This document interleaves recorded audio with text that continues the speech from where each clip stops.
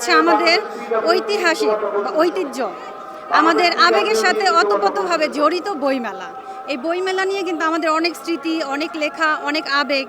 কিন্তু এই বছর আসলে শূন্যতা, অনেক বেশি শূন্যতা।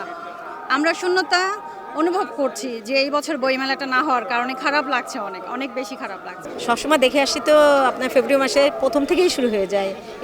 এই 21শে ফেব্রুয়ারিতে আরও বেশি উদযাপন করি। এবার একটু বড় হয়েছে, এর জন্য আসলে কষ্টদায়ক, বেদনাদায়ক। যা হোক, ইনশাল্লাহ সব কিছুতেই উপভোগ করব।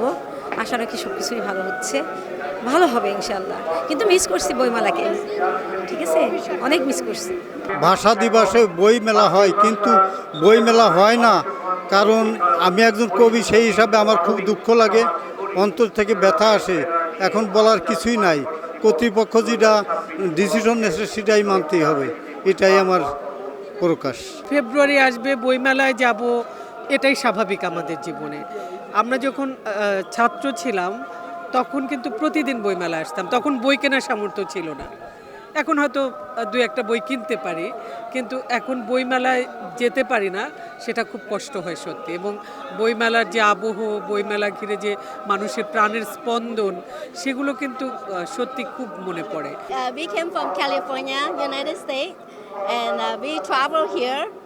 Yes, we first time here to visit your country, and today we are very happy to be here and very honored to experience and witness you have this celebration to preserve your language, and that is very meaningful for your country, and very congratulations.